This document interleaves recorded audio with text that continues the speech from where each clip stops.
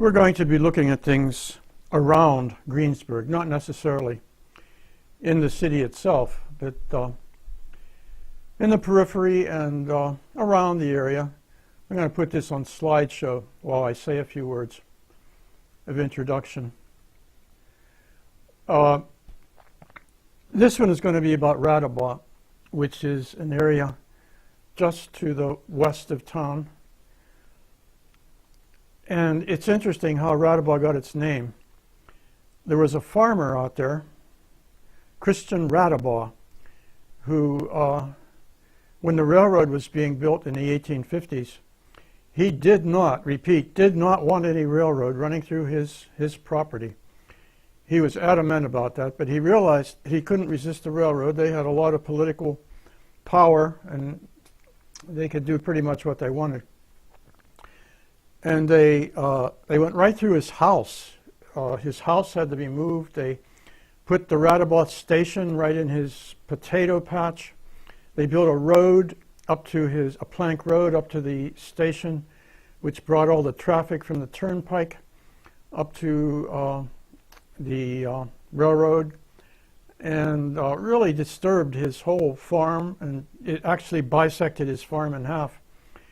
And he was so upset by the whole thing that in the spring of 1853, right after the railroad opened, at Radebaugh Station, he came out and laid down in front of an oncoming train and ended his life.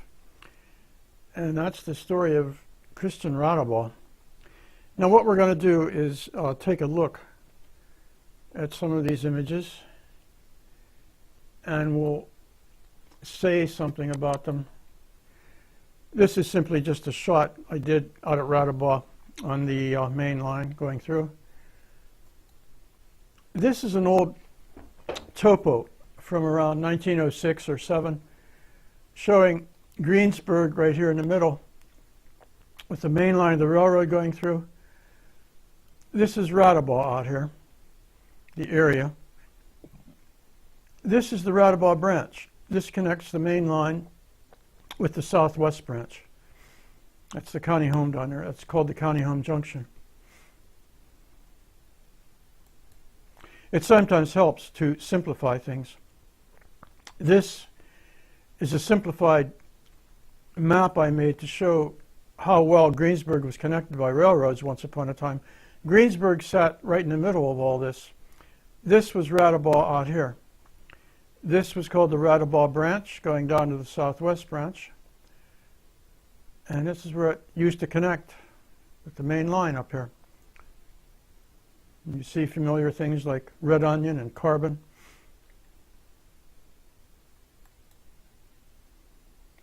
Now we see here a close-up out at Radebaugh. This is the main line coming out of Greensburg, going west. But originally it didn't go straight like that. The original main line went like this, in a crooked way, to avoid a great big hill that was out there called Barclay's Summit. And there was a tunnel right here. And then they made another tunnel when they made it straight. This is a postcard of one of the big old steamers coming out of the Radebaugh Tunnel out there, going toward Greensburg. And then I should be able to show you a picture of the other end. This is one of Leroy Smeltzer's shots of an old steamer coming out of the western end of the tunnel out at Radebaugh, one of the tunnels. As I'll explain, there are several of them. This is that end of the tunnel when they were actually removing some of the tunnel. The western end of it started to fall in, so they just took a good bit of it off and left that much there until the 1960s, when they finally just removed the whole thing. That is the western portal of the old tunnel. That was the first one that was built when the railroad took that more or less circuitous route. And this is my attempt to put together some mapping to show what was going on out there. As originally built, the main line went this way. It made this roundabout way to avoid Barclay's Summit, which meant they would have to dig a really long tunnel. And a rule of thumb building a railroad is you simply build it on the cheap And then when the money comes rolling in, then you do the things that you probably should have done at the beginning, but you didn't have the money to do. This was the old Radebaugh tunnel right here. And then by the 1890s, they did have enough money to straighten things out. And they put a tunnel in going this direction. That was the new Radebaugh tunnel. And then finally, by the 1960s, they just daylighted the whole thing. And this tunnel wasn't used anymore, and there was just a cut going through here. And building those things was not simple work, and there was a lot of tensions that developed with the, not just the workmen, but the contractor and the engineers. There was a quarrel one day about that area out there at the Radebaugh tunnel. The contractor, Richard McGran, did not work for the railroad, and the engineers who were overseeing the job did work for the railroad, and they had some very, very serious disagreements, to the point that after work one day, Richard McGran came downtown and found Charles Jeffries in the hotel where he was living and beat the crap out of him. And we only know that because it went to court. And there were a number of witnesses in the public hall there, and we see that McGran had to pay up, and Homer Simpson was back there tending bar. This is a topo map. These are helpful to understand things if you want to take the time to look and figure them out. This is the Radebaugh branch going down from Radebaugh. At this point here was the old Radebaugh station. Out here a little bit further was the tower that governed the interaction of all this traffic, because there was a lot of traffic out here at one time when the coal areas were producing and shipping out. This is Seton Hill here. This is Route 30. This is from the area, a Google map. This is Route 30. This is the main line coming out from Greensburg under the new 66 toll road.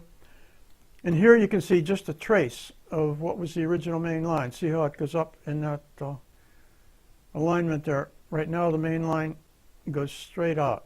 And the next thing we see will be something that was about right here. It was the tower, RG tower, that governed the interaction of the trains on the coming in from the Radebaugh branch and the gauntleted tracks out at the tunnel. That was the tower in the 1920s. That's a pile of coal. And the windows are open because they were burning that coal in there. They had boilers in there. See the stacks? And the boilers were running steam engines. The steam engines were turning generators. The electro-pneumatic interlockers out at Radebaugh needed so much electricity that the railroad decided it would be simpler just to make it right there. And that's what they were doing. That was a power plant. That was the original Radebaugh Tower in the old days. Another shot of the topography out here. If you look at these topo maps, you can see things. This was actually the symbol. That Y on its side is the symbol of a mine. There was once upon a time a mine out there at Radebaugh. Also, Greensburg Coal ran it from the 1890s into the 20th century. This is the mapping showing Radebaugh Station, the old station where people could get on and off, and freight would get on and off. By 1960s, this is all there was left of Radebaugh Station. It was simply a passenger shed to protect people. There wasn't any real agent out at the station anymore.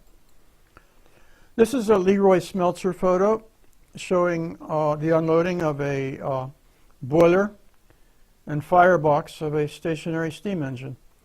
And this over here, that is the station that I was talking about. That's the underpass out there, which you may have gone through yourself with the railroad up on top. And we'll see another shot. North Green Gate Road coming up here. And that is the railroad and the underpass up in here, up in Radebaugh. Another Leroy Smeltzer photo showing us some work being done out there. And that tells us that we're at the end. And next time we'll talk about a mill that was down here, right down below Radebaugh. And we'll see you again. Bye now.